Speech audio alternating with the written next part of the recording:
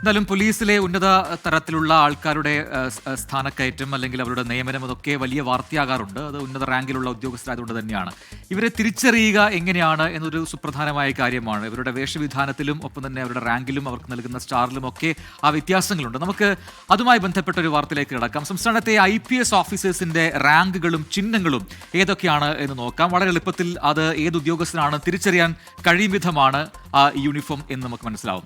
ഏറ്റവും ഉന്നത പദവി ഡയറക്ടർ ജനറൽ ഓഫ് പോലീസ് അഥവാ DGP ആണെന്ന് നമുക്കറിയാം. അതാണ് സംസ്ഥാനത്തിന്റെ പോലീസ് മേധാവി എന്നതുകൊണ്ട് ഉദ്ദേശിക്കുന്നത്. അശോക ചിഹ്നവും കുറുകെയുള്ള ഈ വാളും ദണ്ടും അതിന് താഴെ ഇംഗ്ലീഷിൽ IPS എന്നുള്ള എഴുത്തും ഇതാണ് DGP റാങ്കിന്റെ ചിഹ്നം.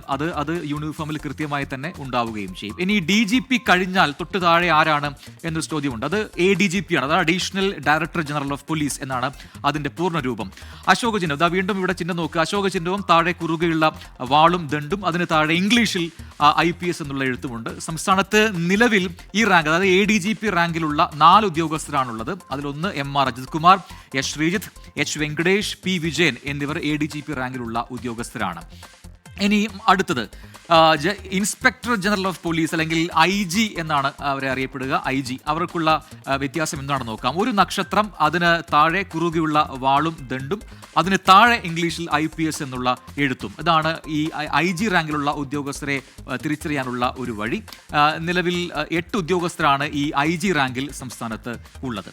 ഇനി അതിന് താഴെ deputy inspector general of police എന്ന് പറയും. DIG എന്ന ഷോർട്ട് ഫോമിലാണ് നമ്മൾ അവരെ അറിയുക. DIGF police. അശോക ചിഹ്നം, അതിന് താഴെ ത്രികോണാകൃതി. ഇവിടെ വ്യത്യാസമുണ്ട്. ത്രികോണ ആകൃതിയിൽ 3 നക്ഷത്രങ്ങൾ ഉണ്ട്. അത് 8 ഉദ്യോഗസ്ഥരാണ് ഈ DIG റാങ്കിൽ നിലവിൽ സംസ്ഥാനത്ത് ജോലി ചെയ്യുന്നത്. ഇനി അടുത്ത താഴെ സീനിയർ സൂപ്രണ്ട് ഓഫ് പോലീസ് അല്ലെങ്കിൽ SSP എന്ന് പറയും. അവർക്കുള്ള ചിഹ്നത ഈ രീതിയിലാണ്. ഒന്ന് അശോക ചിഹ്നമാണ് ഏറ്റവും മുകളിൽ ഉണ്ടാവുക, പിന്നീട് 2 നക്ഷത്രം, അതിന് താഴെ ഇംഗ്ലീഷിൽ IPS എന്നുള്ള എഴുത്തും. ഇതാണ് SSPയുടെ ചിഹ്നം. അതോടൊപ്പം തന്നെ ഇതാത് സംസ്ഥാന പോലീസ് സർവീസിന്റെ ഒരു ചുരുക്കനാമം എന്ന രീതിയിലാണ് ഇതിനെ നമ്മൾ കാണുന്നത്.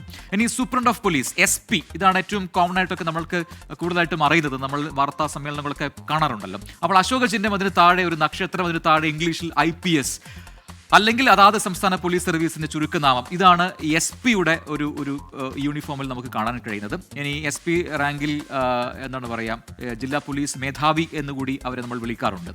അതിനും താഴെ അഡീഷണൽ സൂപ്രണ്ട് ഓഫ് പോലീസ് അല്ലെങ്കിൽ അഡീഷണൽ SP എന്നുകൂടി നമ്മൾ പറയുന്ന വിഭാഗം ഉദ്യോഗസ്ഥരാണ്. അശോക ചിഹ്നം, അതിന് താഴെ ഇംഗ്ലീഷിൽ IPS അല്ലെങ്കിൽ അതാത് സംസ്ഥാന പോലീസ് സർവീസിന്റെ ചുരുക്കപ്പേര് ഒക്കെയാണ് ഉണ്ടാവുക.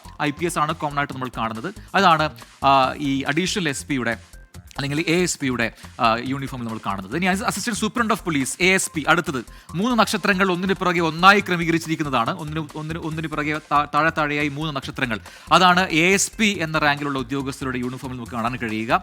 അതിന് താഴെ IPS എന്ന് സ്വാഭാവികമായിട്ടും ഉണ്ടാകും.